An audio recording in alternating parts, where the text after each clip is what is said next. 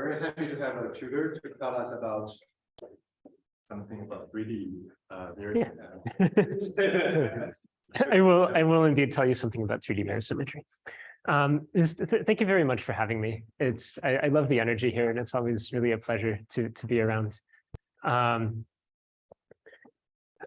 So I think I spoke here not so long ago about some similar things. I'm kind of excited to be back to sort of develop a story from the spring with some actual concrete results. All good. So just as perspective, one of the things I've been thinking about for the last few years, perspective review, is what sort of three-dimensional TQFTs one gets from twists of 3D n equals 4 gauge theories. And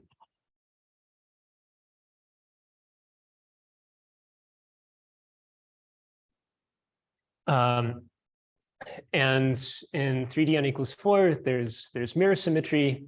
It's this canonical duality that should act and induce some, well, induce equivalences of TQFTs that in its full glory should be a 3D version of homological mirror symmetry.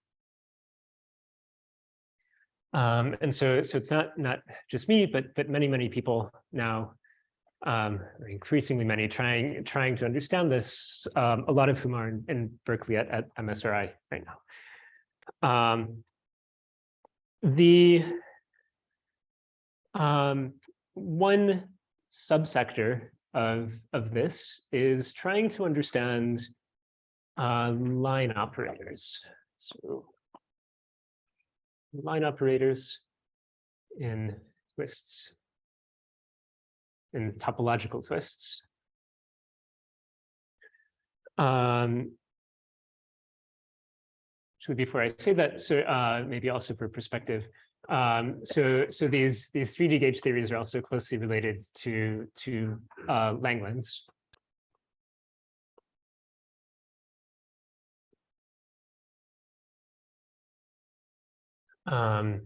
And there are things that I'm not going to talk about, which are not fully topological twists, also sort of related to Langlands. So to mention, so there are things called holomorphic twists.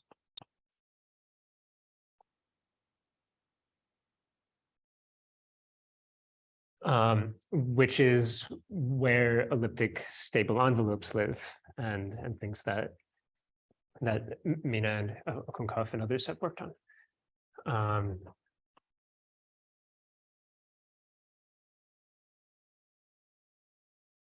And holomorphic twists also connect Langlands, but it's sort of part of this big framework. So the bits that I want to focus on today involves line operators, and line operators ought to form a braided tensor category. And I've been trying to get my hands on this braided tensor category in a useful way. And I think there's finally some progress.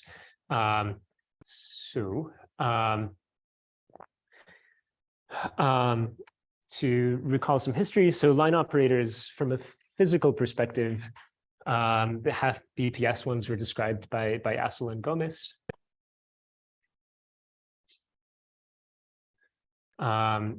They look like Wilson or vortex lines. When you look at the differentiation of some and do mirror fusion for that, it's not what we're going to right? So it's something that, right? So what is called the topological is not something competitive. It's something that I can, no, it's something that I can apply to a 3D quiver gauge theory. And I spent much of the last talk realizing that there should like really be some fundamental relations between the last talk and this talk. And which is why I kept asking about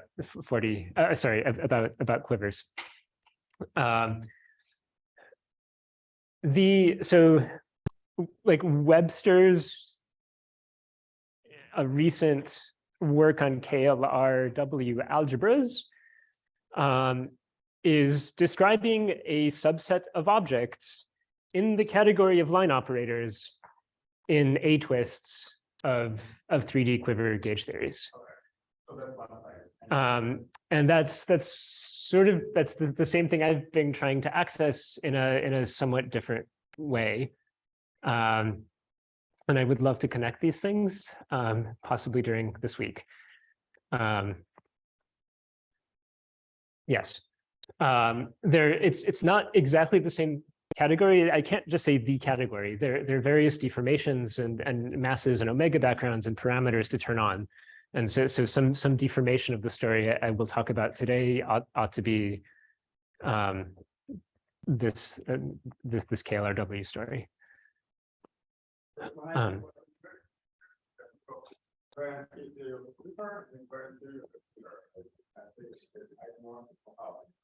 That is not really. I mean,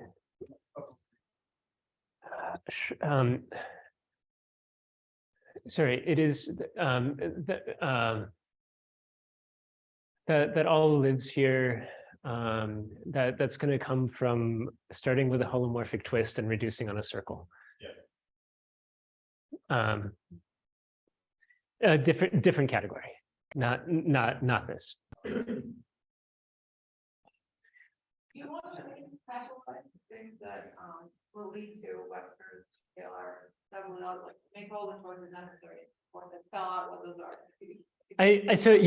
So I will, but at the end, I want to tell you a story first, and then I'll try to connect.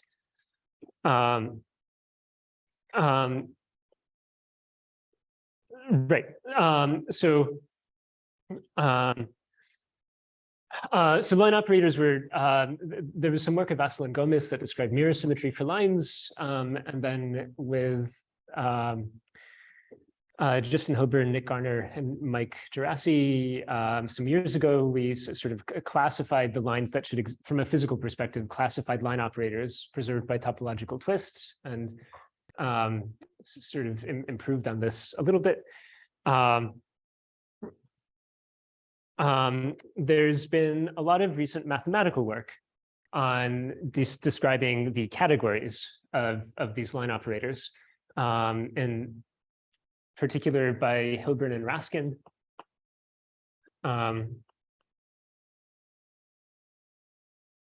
And Justin will also be around this week talking to various folks at MSRI and me, and hopefully around here.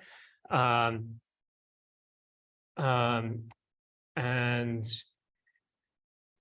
Gammage, some of you know, and Gammage and Hilburn in a very recent paper. These are very fancy descriptions in using the language of derived algebraic geometry, and have to do with sheaves. This one has to do with sheaves on infinite dimensional loop spaces. They prove a mirror symmetry statement for a simple abelian theory. That was sort of a tour de force in derived geometry on infinite dimensional spaces. I wanted to access these categories of lines in a more hands-on way. And so what I want to tell you about is a different approach, following work of Costello and Gaiotto and Creutzig and Costello and Gaiotto involving vertex algebras. And one of the coolest things to emerge from that is that there's, at least in the 3D B twist, a description that just looks like representations of a certain quantum supergroup. That's what I'd like to get to at the end. Okay, so I said Wilson and vortex lines. Let me elaborate on that very briefly. So these 3D theories, the ones that I'll consider are labeled by a group and a representation. And here we have hypermultiplet matter in representation T star V.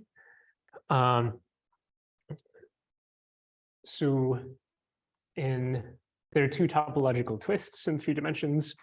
In the B twist, the line operators include Wilson lines.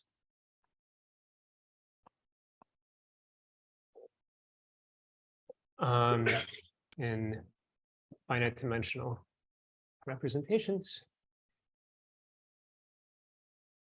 G. But they also include vortices.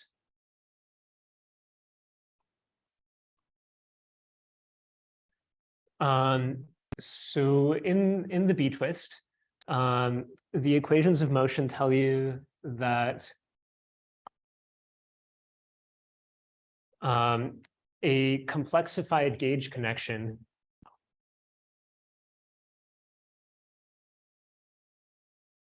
is flat, and that the hypermultiplet scalars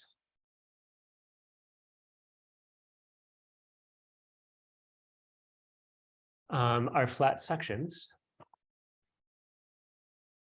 are covariantly constant, or sorry, are covariantly flat. Sure, covariantly constant.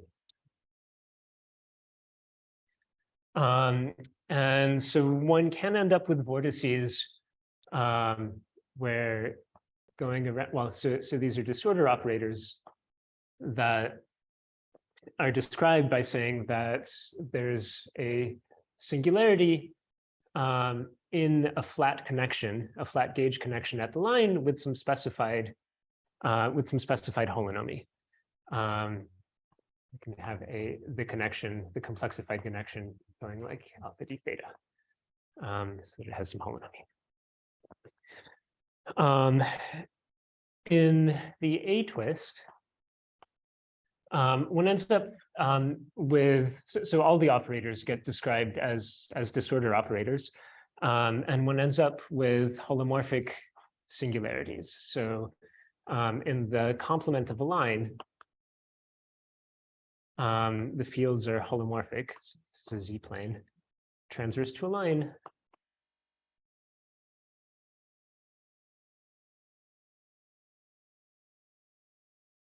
And so the hypermultiplet scalars,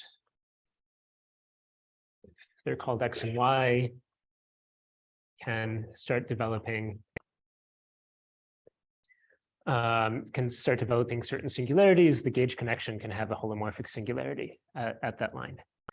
And so this is why one roughly says that the line operators here are Wilson lines and the line operators here are vortex lines.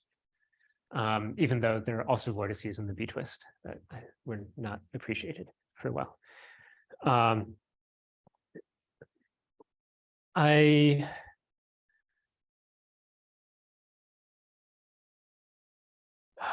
So the work that we've done recently involves abelian gauge theories.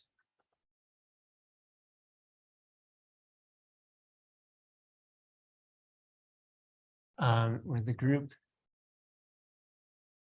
and I realize this might sound like a trivial example, but it was the place to start, where the group has no discrete factors.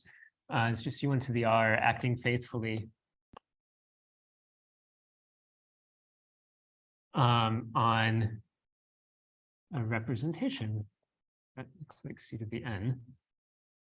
necessarily by requiring faithfulness n is greater than r. And I'm making these requirements because I want a nice statement about mirror symmetry. And there's a story when the group does have discrete factors and the action is not faithful, but it is convenient to impose this. What that means, so this action can be encoded in a charge matrix, and I can say it two different ways. So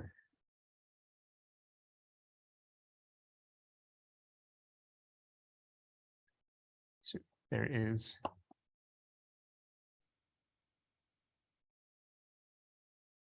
a charge matrix rho that's going to play a role in actual formulae, and where A runs from 1 to the rank of the group, and I runs from 1 to the number of hypermultiplets. And the faithful requirement means that this fits into an exact sequence.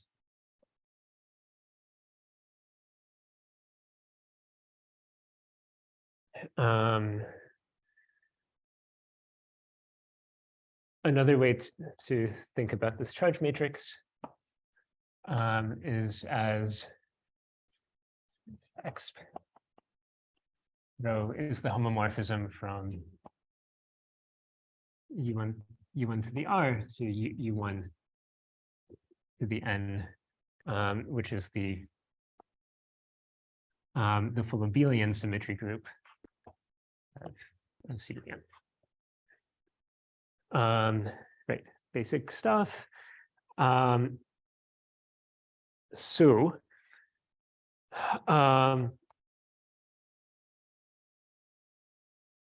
in terms of this data, in this situation, I can be more explicit about what the Wilson lines and vortex lines are. So the Wilson lines are labeled by a vector of integers.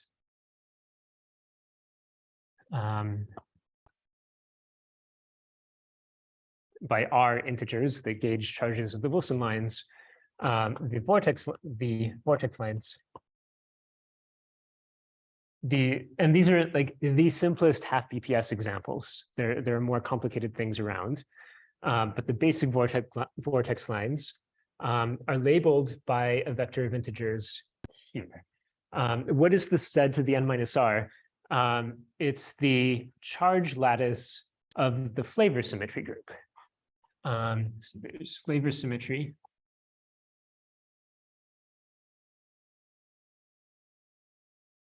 That might have a non-abelian enhancement, but I'm just looking at the abelian part of it now.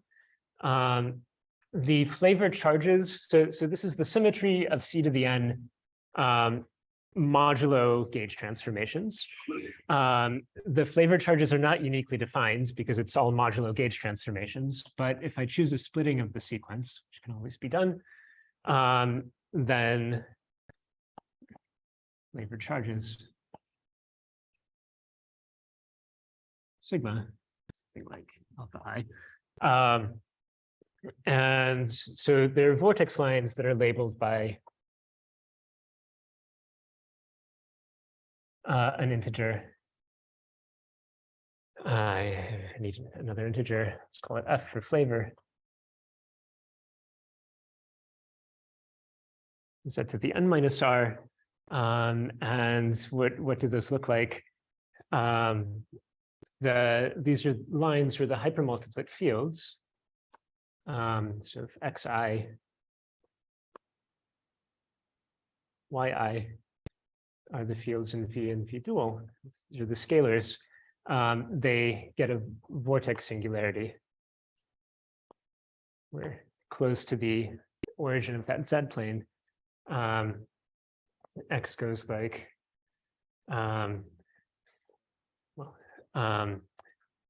like Z to the sigma contracted with F.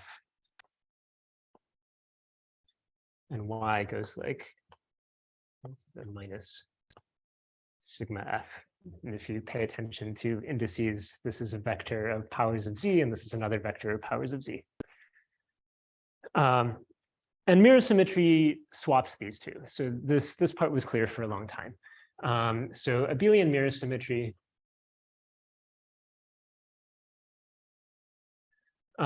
transposes that exact sequence.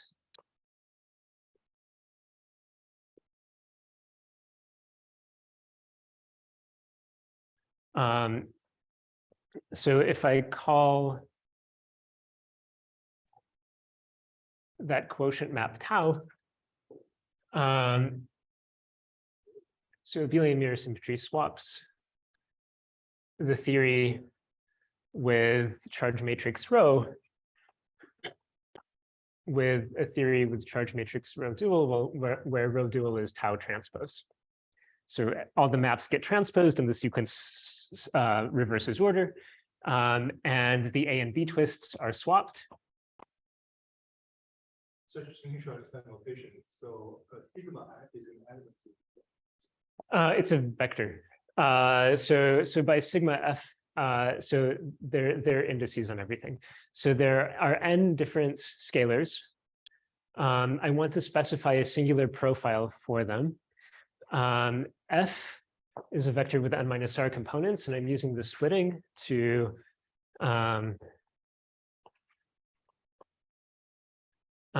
get a vector with n components. And right, so I said before, flavor symmetry is only defined up to gauge transformations. To add some more physicsy words to this, there are dynamical vortices associated to a singular profile in the gauge fields. And dynamical vortices screen vortex lines, and that screening effect, if these words mean anything to anyone, that screening effect is precisely the, it's also encoded in the sequence, and it's the fact that flavor symmetry is really only defined up to gauge symmetry. Okay. Right. So yes, stuff. And 3D mirror symmetry, so it reverses the sequence, transposes the maps, swaps A and B twists, and swaps Wilson and vortex lines.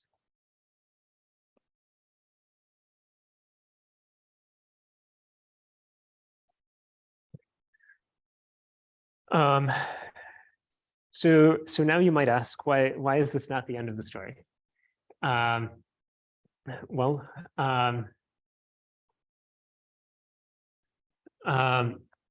What's missing?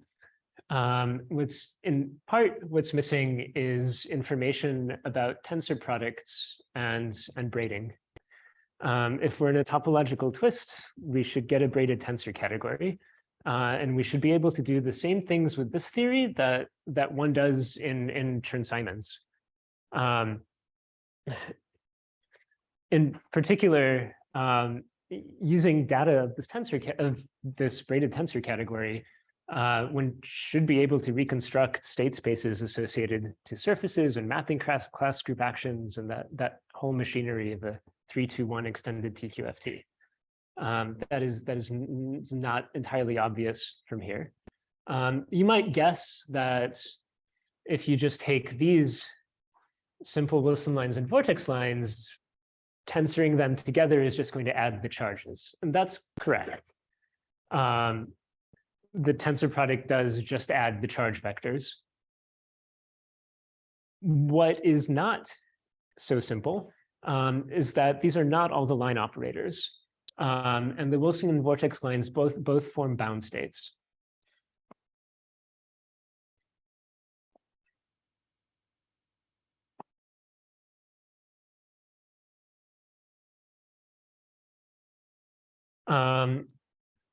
So mathematically, the way to say that is that they have non-trivial extensions. Physically, what's going on is that there's matter around. In Chern-Simons theory, there's no matter. there are no charged local operators, and so there's no way to form junctions of Wilson lines. One ends up with a semi-simple category. And the rest was developed 30 years ago. Here there's matter. So example, let's do the B-twist of the theory with charge matrix 1. What does that mean? That means SQED. So group U1 acting on a single hypermultiplet with weight 1. So this has Wilson lines. Well, first this has matter. The hypermultiplet scalars are just a single x and y D star C. They have charges 1 and -1 under that gauge group. There are Wilson lines labeled by integers n, and there are junctions where, for example, between a line of charge n and n+1, there's a charge scalar x that I can put. And it turns out in the B-twist that the way the homological grading works, x and y both have homological degree 1.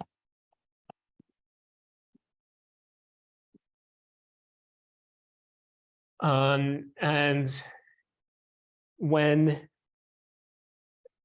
in a DG category, when there's a morphism of degree 1 between two objects, I can form a bound state. I can construct a non-trivial extension between these things. And no, X is a hypermultiplet scalar. Yeah, so if I tell the same story in the A-twist, X is a monopole. Yeah, right. So this is exactly where things get complicated, and you are no longer in a world where everything seems trivial. So in the B-twist, the hypermultiplet scalars are actually things that, so how do I form the bound state? I take the direct sum of the lines, and I integrate the descendant of X to define a differential that deforms the bound state, or that deforms the direct sum. There's a cone construction that I'm using to say that. In the A-twist, this picture is that there's a monopole operator between vortex lines, and one can actually compute that monopole operator, but it's not at all clear how an extension of vortex lines with an integrated monopole operator is going to behave and braid with other such things. Okay.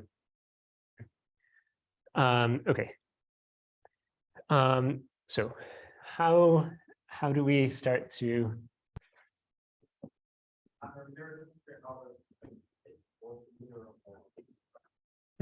What's the mirror of that? No, I mean it's exactly what you said, right? So it's flavor of so the mirror theory is a free hypermultiplet. Right, so the sequence here is Z goes to Z, goes to 0. And so the reverse thing has gauge group trivial, and a single hypermultiplet. And this has, the free hyper has flavor vortices, where X goes like Z to the n and Y goes like Z to the minus n for some integer n. And they're monopoles. Sorry, calling them monopoles is weird because it's not a gauge theory. But there's a configuration of the scalar fields obeying that solves the 3D Dirac equation that interpolates between a holomorphic profile like this and one where n is increased by in fact an arbitrary number.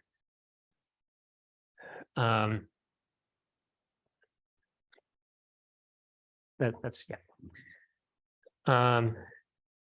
Okay, so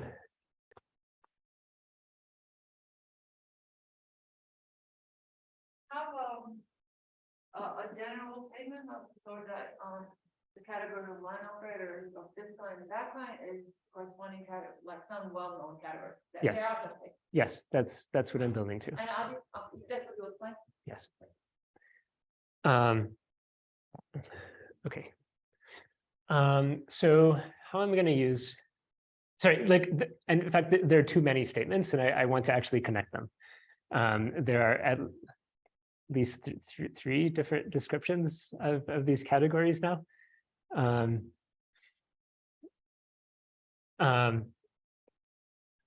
Right. So,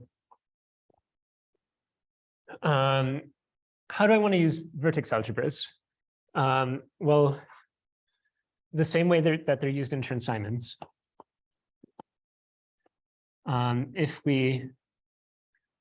So in Chern-Simons, one cuts space-time off with a boundary that depends holomorphically it depends on a boundary complex structure. Correlation functions depend holomorphically on a coordinate along the boundary. And overall, the boundary ends up supporting a vertex algebra. And then bulk lines that end on this holomorphic boundary condition define modules for this vertex algebra. And then one can try to recreate the category of bulk lines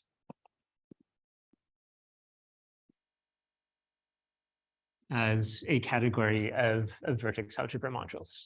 So that's what's done in Chern-Simons, where this is the WZW model. And moreover, vertex algebras have well-defined, in the rational case, they have well-defined fusion and braiding operations. And in the logarithmic case, which is what will be relevant here, fusion and braiding has been developed in the last decade to the extent that we can actually use it now.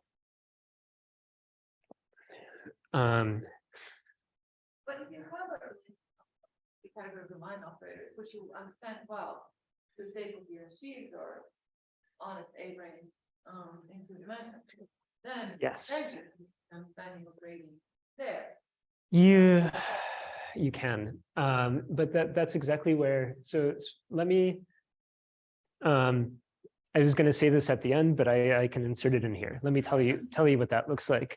And I think I've actually put it on this board before, and it might have been nonsense. Yeah. So, well, yeah, but you forgot it because it's not a description that you can get much from, and unless you work very hard to do something with it. So how would you geometrically figure out what this category of lines is? You can reduce the 3D theory on a circle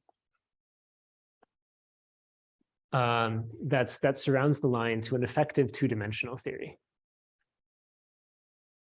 where the line has become a boundary condition. And exactly as Mina said, for a two-dimensional A or B model with a certain target, we know how to describe the boundary conditions. The problem is that the target here is a loop space. So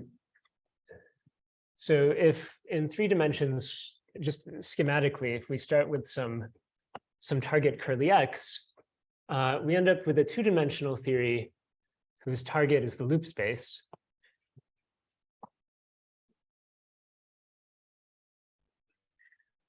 With typically some extra superpotential and it's the superpotential that enforces some sort of constancy along the loops, and you sort of expect, the theory is topological, so in particular, the size of the circle shouldn't matter. But you already know if you try to analyze the 2D model the same way, and you ask what are, just analogy, in the 2D model, you can ask, well, what are local operators? And the way you analyze that is by doing circle reduction and reducing it to quantum mechanics, and say, great. So local operators in the 2D model should look like the Hilbert space of quantum mechanics on the loop space. And that's exactly what's done. but quantum mechanics on the loop space is complicated and eventually leads to quantum cohomology, but that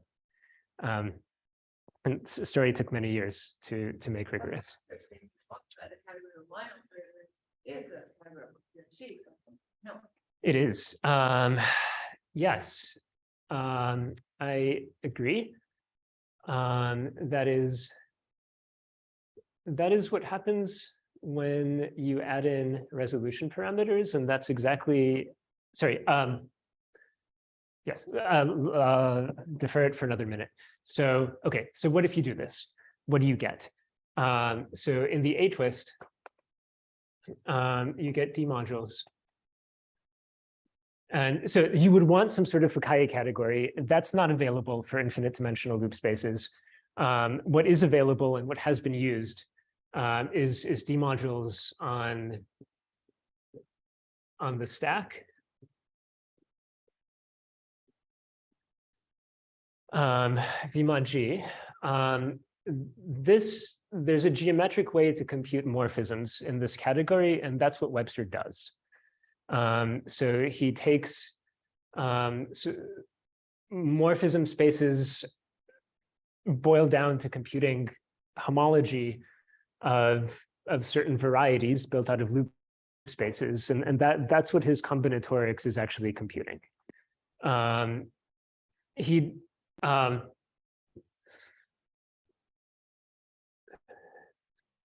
His statement is not that this category is coherent sheaves on something. His statement is that a certain deformation or simplification of this category, which corresponds to turning on mass parameters in the physical theory, is coherent sheaves on something. Let me tell you, well, so on the B side, what you expect, so B with Fi parameters, sorry, A with masses. Then you expect to get coherent sheaves on the Coulomb branch. And why would that adding? That Oh, so it must be that the amount that the omega deformation the scale the complex scale in the vector complex cuts down the connect. that's orthogonal to this.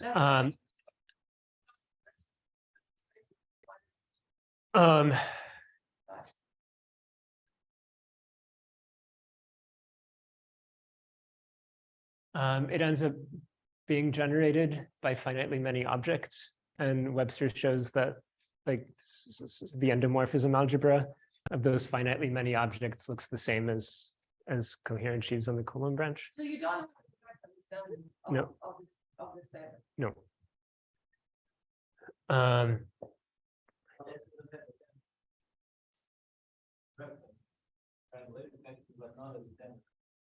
Exactly. Sorry, that's the other thing that is completely missing and no one has understood in these terms. Why is this a braided tensor category? And the full thing isn't. It needs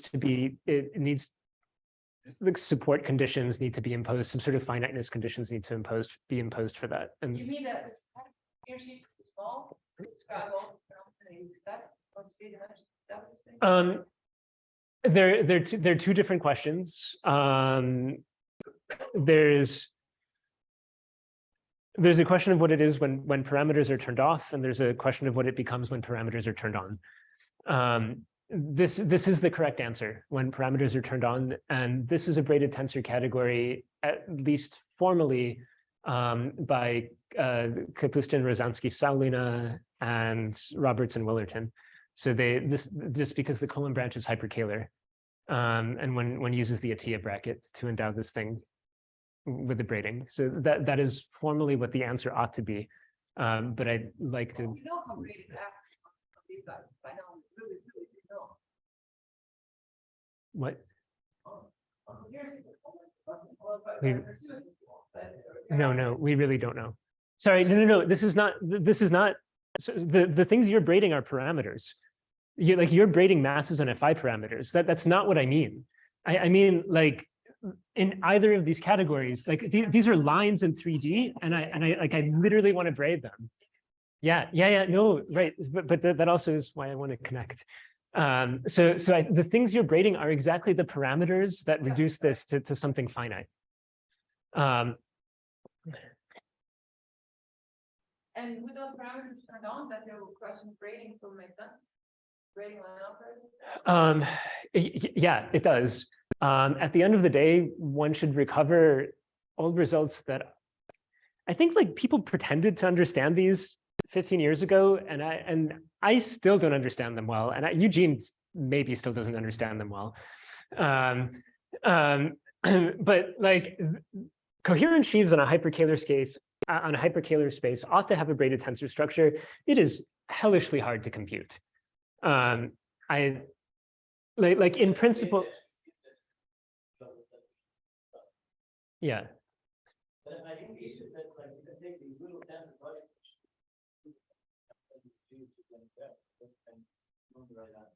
Right, and so all of that.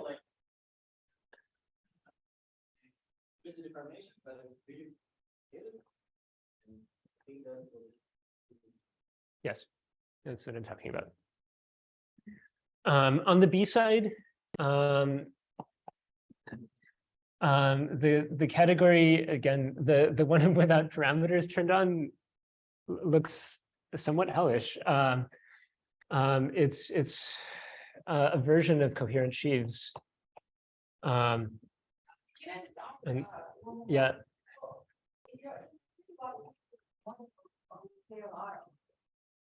Does it have to raise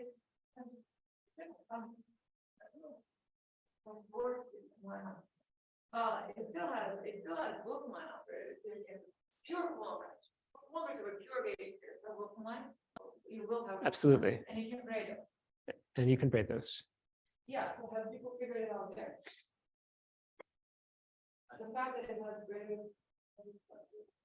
No, that like in the like if you do SL2, then you're talking about coherent sheaves on the Atiyah-Hitchin space. And that's such a great question, and I like you would think that the answer is no, it is not. I don't even know how to do T star P1. Like No, I'm wondering whether these the same category module is completely algebra, but whether these guys who study algebra have actually discovered this stuff. Because I don't. they've beaten this thing with everything they've got. Yeah. But you need to know the module structure and the tensor product. Like how do you define tensor product? Yeah, no, it's not. But the answer is no. They have not. I don't think anyone has. In some way, the whole project when you're thinking about. Sorry, and that's exactly why I was tempted to go to Vertex Algebras, is that like that at least in principle tells you how to fuse and braid. Oh, but actually, that's go ahead. Sorry. Of braided tensor categories, not semi-simple. You know this abstract because they're integrating.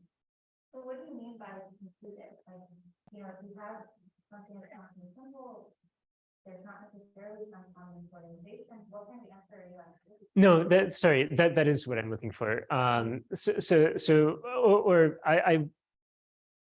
If it's not semi-simple, but I can still like take two objects and what like yeah.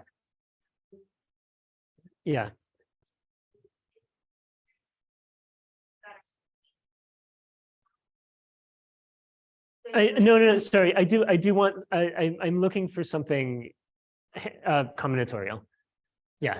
You're trying to variance. Yeah. So for example, yes, I would like to be able to take an actual braid and associate a morphism to it. I would also like to globalize on surfaces and compute mapping class group representations, like compute an SL2Z representation on Hochschild homology of this semi-simple category, and that like Yeah, that's where I want something hands-on. Right. That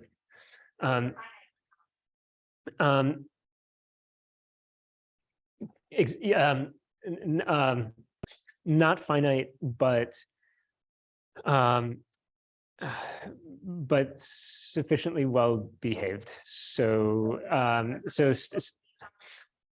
yes. So for example, like state spaces in these theories will be infinite dimensional, but have homological degree and finite graded components, so that there should be a degree by degree mapping class action.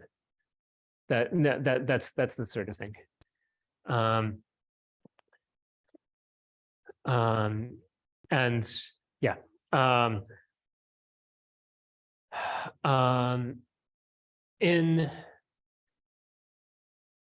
Like I would love to know if someone has actually done it. So in principle, like this Robertson-Bulletin work and Hilburn-Raskin explained on coherent sheaves where abstractly where the braiding comes from. Great. So then same question. Take the Hilbert space of the torus, which is Hochschild homology of this, which looks like Delboca homology of T. Sorry, you can't see that. Delboca homology of T star P1, or Delboca homology of the Coulomb branch, and describe a mapping class group action on that.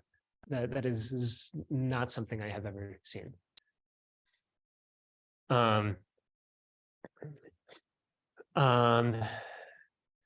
In the infinite loopy versions, tensor product and braiding is not even defined yet. And so there's a loopy B side, which I don't want to discuss because of time. So another complication on top of all this is that there are Betty versus Durham models. So in geometric Langlands, one learns about Durham and Betty Langlands. And it has to do with what algebraic structure you put on your fields. And if you're talking about flat connections, whether the connection is your algebraic coordinate or whether its holonomy is your algebraic coordinate. So Bensvie and Nadler wrote a paper about Betty Langlands, which is a somewhat more finite dimensional than the usual version. And there's an analogous Betty versus Durham thing here. And that roughly has to do with whether you consider D modules or constructible sheaves on this infinite dimensional space. I say that because on the B side, so there's an infinite loopy Durham version that roughly looks like coherent sheaves on some loop space that I don't want to write down. But there's a Betty version that's better behaved, which is something I want to connect to by the end of this talk. So the Betty version, where you keep track of holonomies rather than connections, looks like this. One ends up with matrix factorizations, with G equivariant matrix factorizations on a space that looks like the group manifold and the hypermultiplet scalar space, where I call X and Y the coordinates on T star P, with a superpotential. Oh, I'm so sorry. Well, you just move that way. With a superpotential that is Y times G minus 1 X.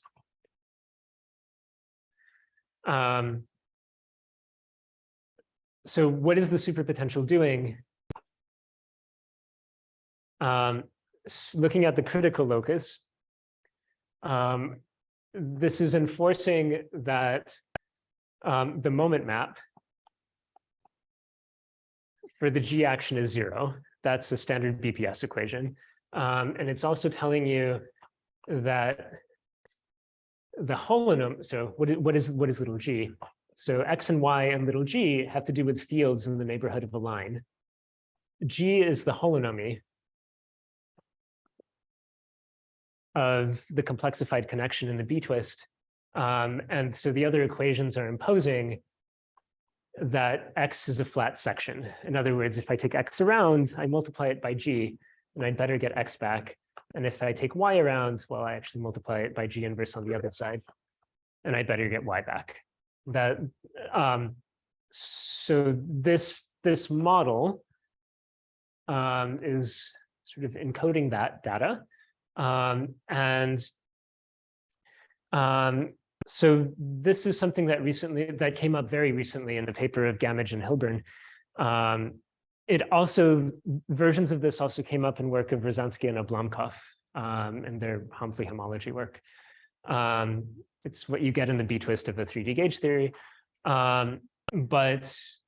So there ought to be an easier to define braided tensor structure on this category. It still hasn't quite been written down. But if you take two lines with two different holonomies around them and multiply, that leads to a convolution product on matrix factorizations that multiplies the group elements and sets the sections equal to each other. And that should lead to a tensor structure. And I don't, well, in principle, one can try to define braiding. Still hard.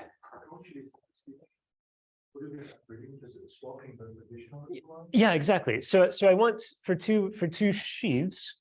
So once you know what the tensor product is, so this picture should define a morphism between L tensor L prime and L prime tensor L. So what is the braiding for any pair of objects L and L prime? L labels the line, or L labels some section of the line? L labels the line. L is an object in a category, in a tensor category. And for any pair of objects in the tensor category, there should be a morphism there that obeys Yang-Baxter.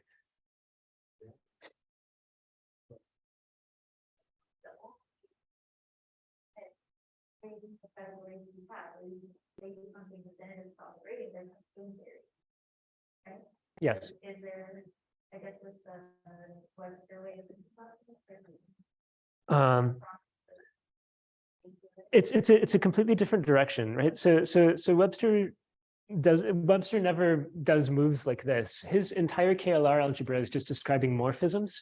And so like in the same sort of pictures that I'm drawing, he's just describing, say you have L prime, L double prime. There are morphisms that come about as homology of some loopy spaces, and he shows how to compose them. I suspect that to actually have braiding, you have to break the symmetry that provides that gives rise to Q braiding. It's the symmetry that rotates that plane. Oh, sorry. Of course you do. Sorry. Of course you do. Yes, you do. Yeah, and This isn't. This is. That's right. This is not compatible with the omega background. That's right. So you will get some unwieldy algebra. Well, maybe, or we shall see. Okay, so right.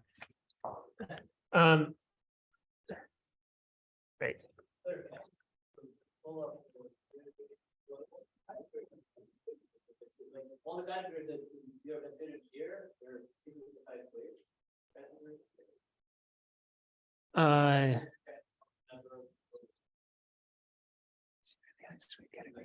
No, they're not secretly highest grade categories, and until you turn on the omega deformation and mass NFI parameters.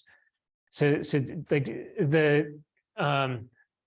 right. So like in the coherent sheaf category, if I make it equivariant with respect to an extra symmetry, then it becomes a highest weight category. And one can do that, and I would like all these things to be connected by some chain of deformations. I just can't say anything smarter about that at the moment.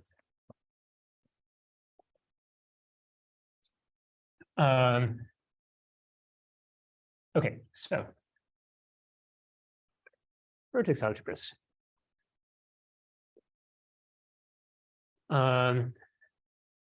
Let me.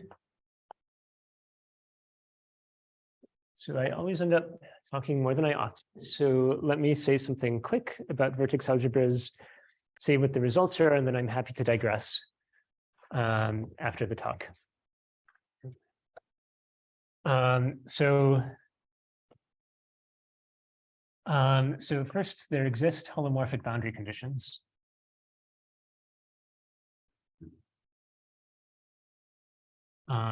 For A and B twisted gauge theories.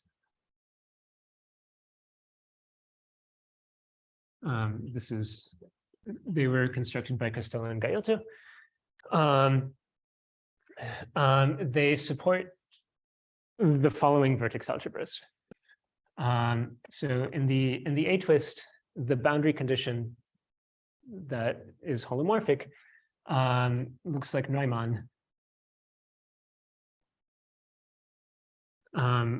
for the hypermultiplet scalars and for the gauge field. So what do you mean by holomorphic? It depends on a complex structure on the boundary. It is not a topological boundary condition. It's not an object in a two category.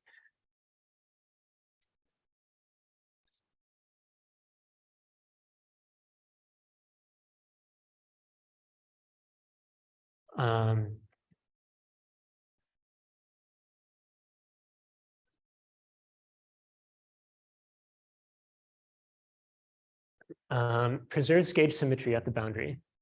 One would expect, expect the following.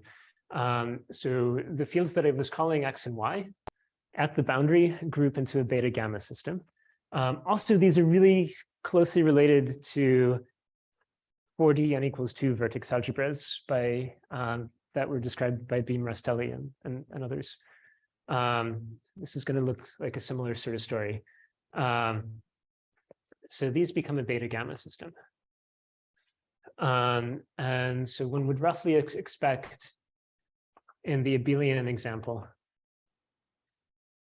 in the abelian theories that I described, n copies of a beta gamma system that is BRST reduced by the gauge symmetry at the boundary. And so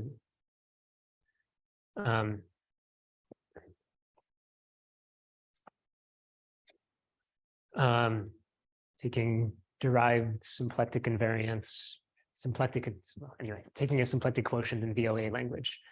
Okay, I'm running out of time, so I'm not going to say that more carefully. However, there's a boundary anomaly for a Neumann boundary condition that needs to be canceled. And there's a canonical way to do that in the abelian case, which is to throw in a boundary free fermions. And so the vertex algebra that results is this quotient of, it's a G quotient of a beta gamma times BC system. In the B twist, the boundary condition looks like Dirichlet. For the scalars, for the matter scalars, but it preserves matter fermions, which end up in a VOA. And it's also Dirichlet for the gauge fields.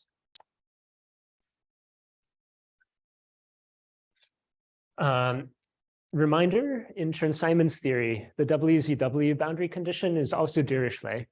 So if you impose Dirichlet on 3D gauge fields, you expect to end up with something WZW or Kac-Moody-like at the boundary, and that's what happens here. The vertex algebra is constructed as follows. So perturbatively, we end up with a Kac-Moody algebra or an affine algebra for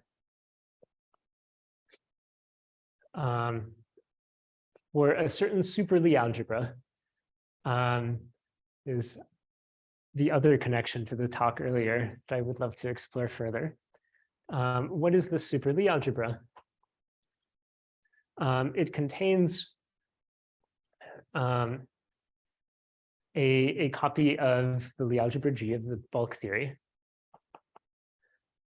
Two copies, well, not two copies, fermions for the matter fields. The shift by one is, I think at this point you should just think of as encoding the fact that these are fermions. Psi plus, psi minus. There's some gauge field, gauge connection here, we call n. And 3D n equals 4, everything is symplectic. There is a gauge scalar, which also survives at the boundary, that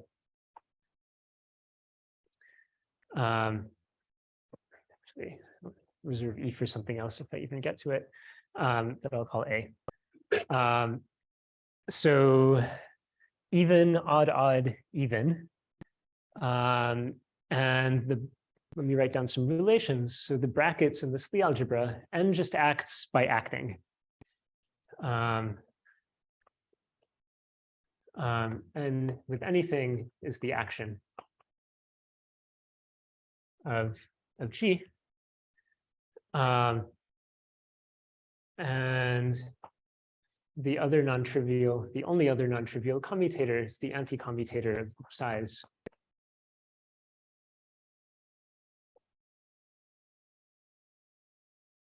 And that is delta ij times a moment map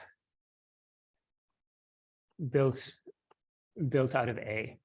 And so this thing is filtered. So the brackets sort of go down to the right. In an abelian theory with charge matrix rho, this looks like delta ij rho ia a.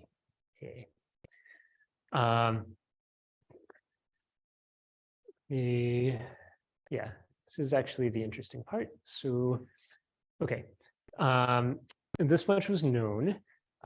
Saying Kac-Moody requires a choice of level as well. And level needs to be broadly interpreted here. What is the level really? It's an invariant bilinear form on the algebra.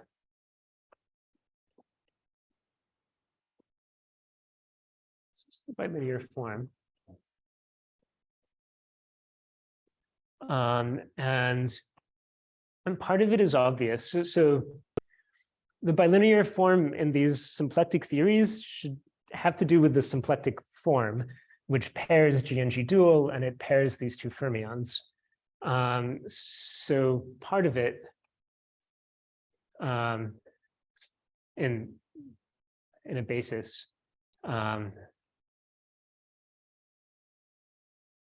just pairs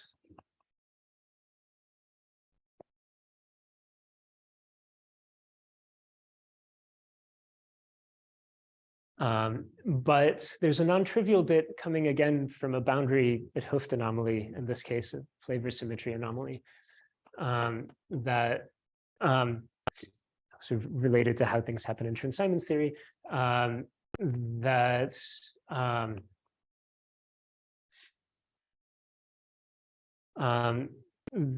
gives something non-trivial on the n part, that has to do with the I'll write it abstractly and then write it concretely. Quadratic index in representation V minus quadratic index in the adjoint representation. In Chern-Simons theory, you see a dual Coxeter number appearing, which is the quadratic index in the adjoint rep. What in an abelian theory and with charge matrix rho, this looks like rho transpose rho, AB. Right, so this whole thing produces a Kac-Moody algebra. Word. And we'll try to finish up in 5 minutes. That much was all known. So, right, well, how does the Kac-Moody algebra look? Reminder, the OPE of two elements of the Kac-Moody algebra. So we're going to promote n psi psi and a to fields, and their OPE is going to look like whatever kappa is for z minus w squared, right, whatever the level is, plus the bracket over z minus w. That's how the data up there leads to Kac-Moody.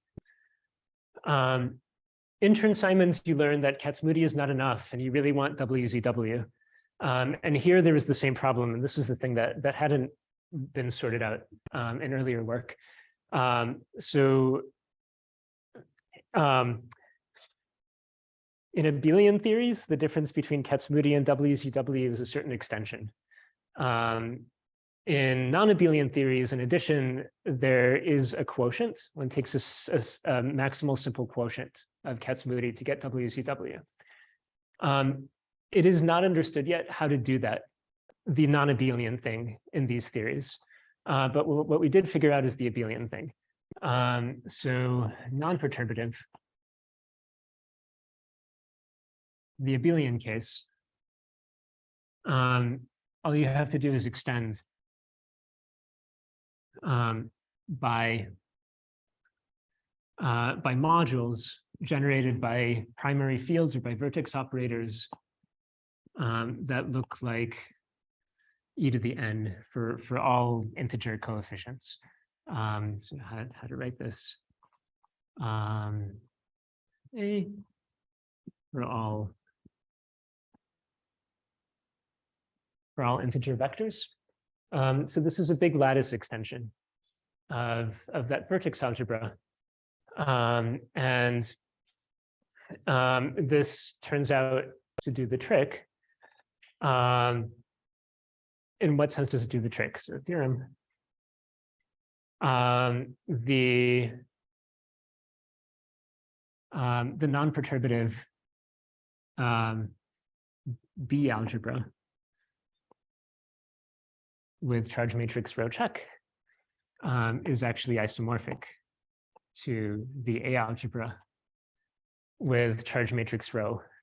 This is for the abelian theories I described. A simple example of this was already known. So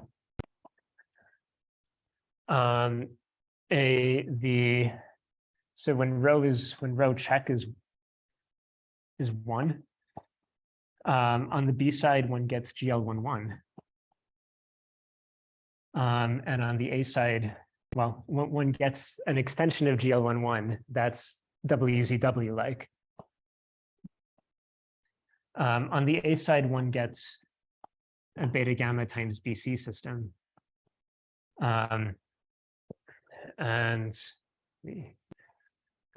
So at least some version of this was known. The statement involving extensions appeared in work of people I should have mentioned at the beginning of the talk. So studying this and representation categories was in work of my former student, Andrew Ballin, and my current student, Wenjun Yu, who is on the job market and looking for a job. And all of the actual theorems I'm about to list are very strongly due to him, with some help from Thomas Creutzig. The rest of this work, at least the next phase of it, will be in a paper soon to come out by Thomas Creutzig, Wenjun Yu, Adrian Ballin, and myself.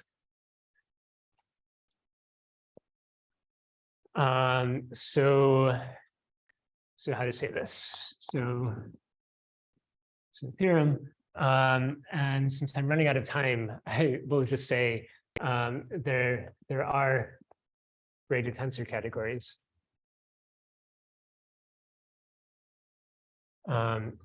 Of modules for both the A and B VOAs that are equivalent under 3D mirror symmetry.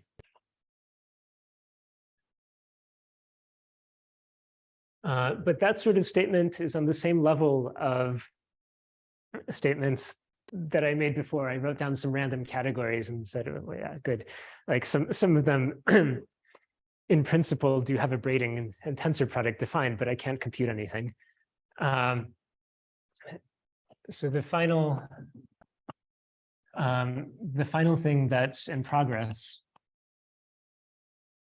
that we have some examples of at the moment is that the categories on the B side look like representation categories for quantum groups.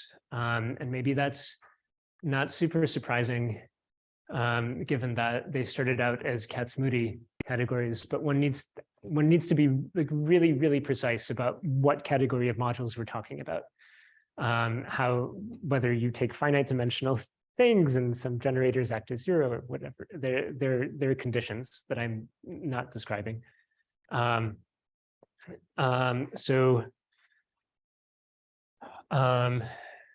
the B category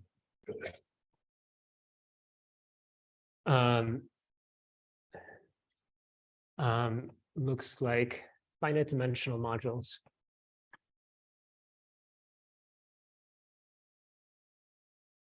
for a quantum enveloping algebra.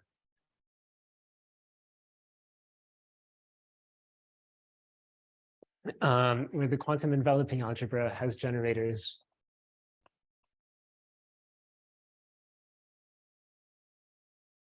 n, psi plus, psi minus, described above, and exponentials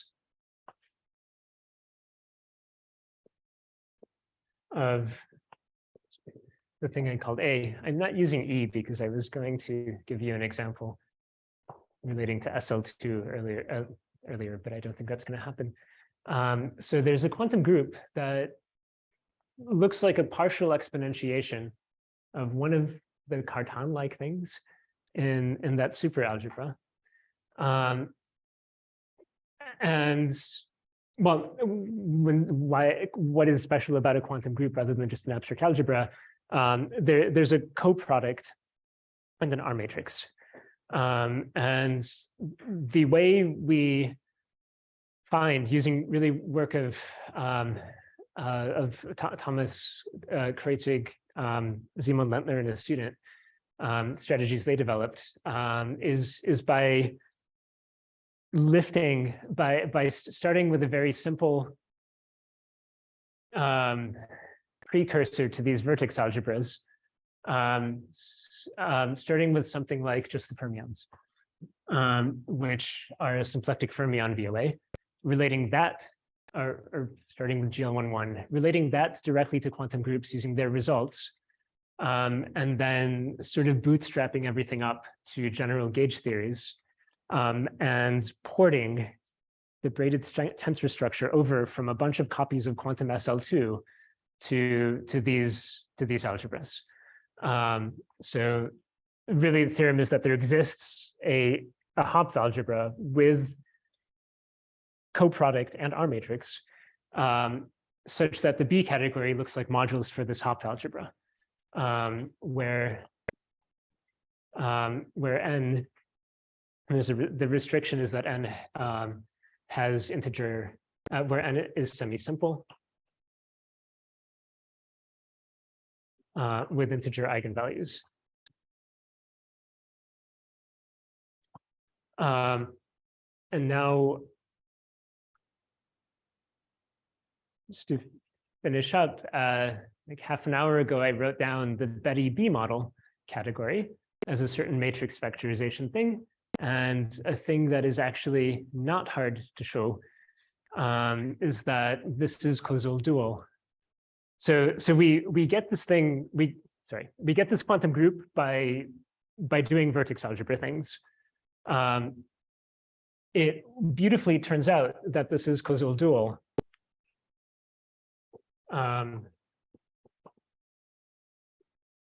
To the matrix factorization category that I wrote down in the abelian case.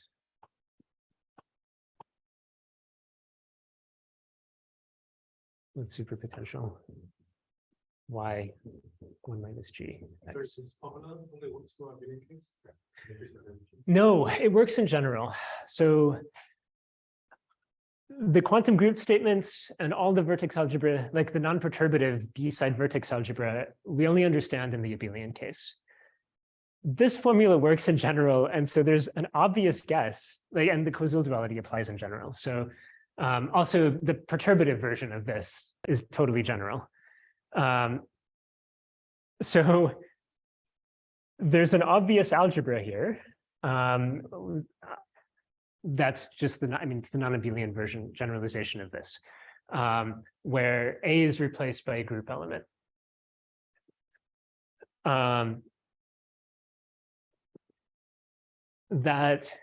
So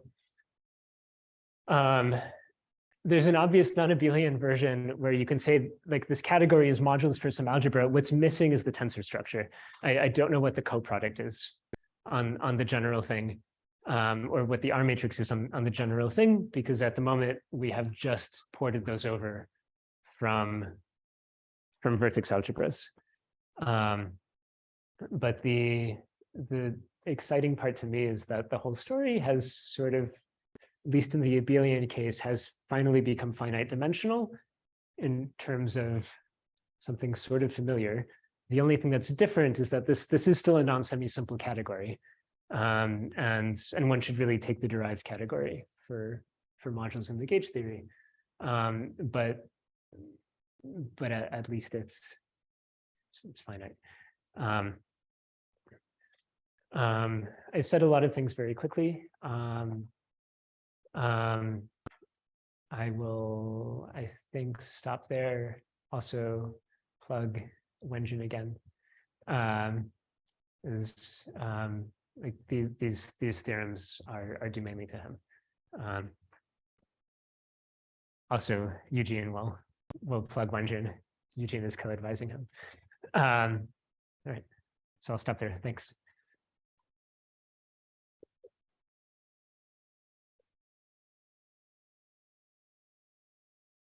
Questions?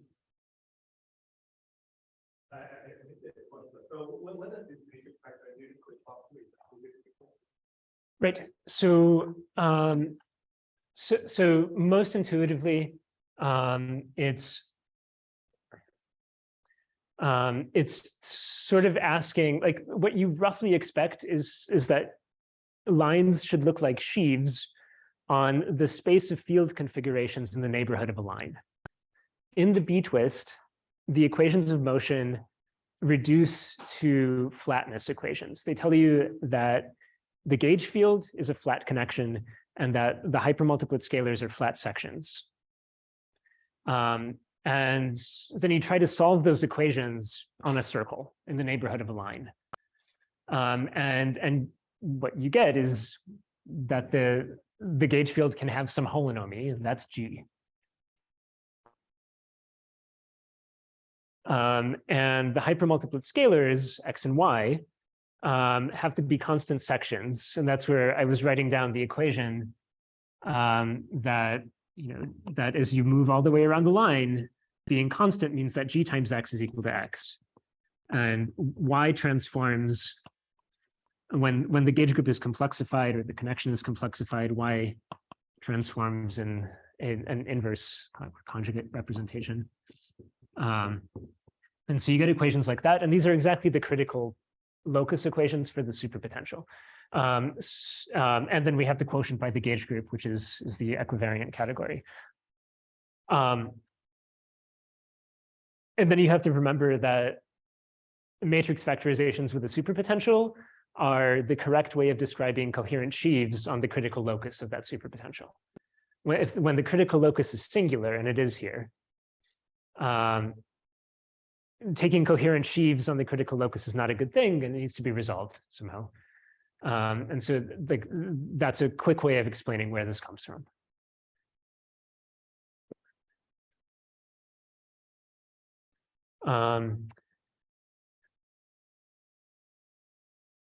But the combination on this. Hmm? If you want to define the kind of structure on this, it's like you put this and then dilution. Yes, yes, exactly. But that doesn't actually look totally horrendous.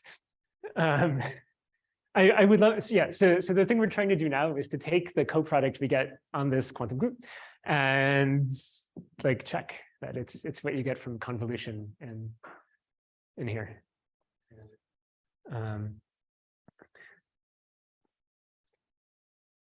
What does the superpotential of vision?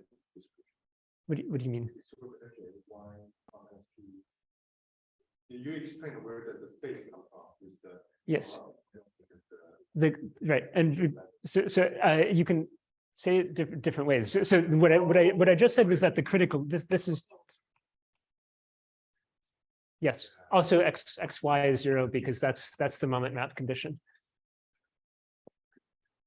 So in this example, you understand the full category? So yes, and that's I think the best statement of that is in work of Gammage-Hilburn and Maselji. So they rederive. I can do it in a hand-wavy way, but doing it in a mathematically precise way, they rederive this from a 2 category of like yeah, it's sheaves of categories on V mod G is what they use. I can explain physically what's going on there. And this roughly comes, I mean, this comes from an equivariant version of Kapustin-Rozansky Salina. And so yes, and from that perspective, if you believe Kapustin-Rozansky Salina and do the obvious thing to make it equivariant and compute line operators, you get this. So sorry, the answer is yes. And the thing I haven't talked about is what you just asked about. So there's a 2 category underlying all of this. For abelian theories, I think with parameters turned on, a version of that appears in this work of Gammage-Hilburn and Maselji. It's the hard part there is the A side. And so they use a perverse Schober description that is a little combinatorial. And the thing that's really missing is a Fukaya-y analog. And that's a big open area of in these gauge theories, giving a Fukaya version of some 2 category and then putting it on S1 and getting Fukaya versions of these line operator categories and everything else. But even if that's done, I feel like there's going to be a gap between that and computing anything.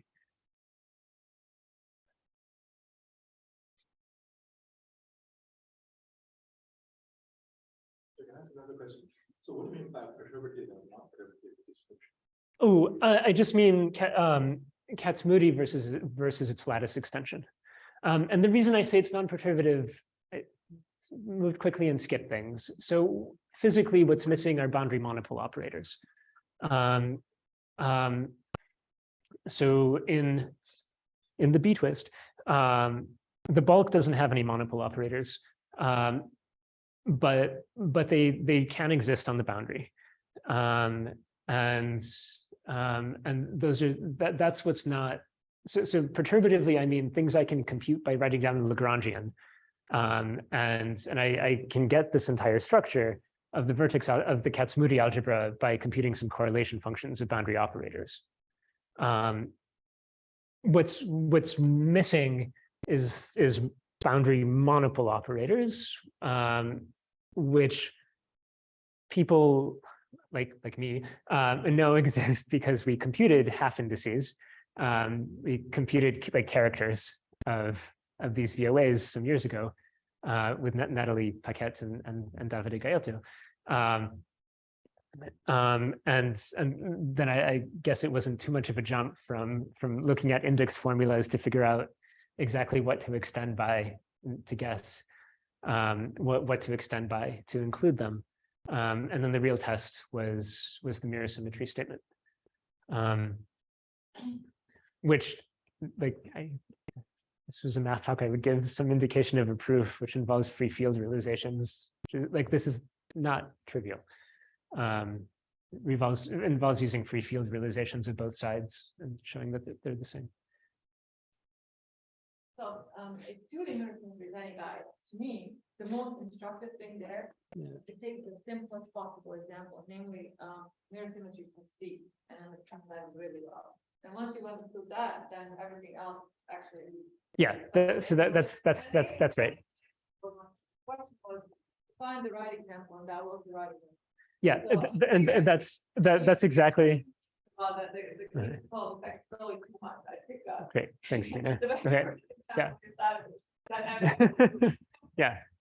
And that's the GL, like, I mean, it's this, right? It's the GL11 beta gamma example with the correct extension. Okay,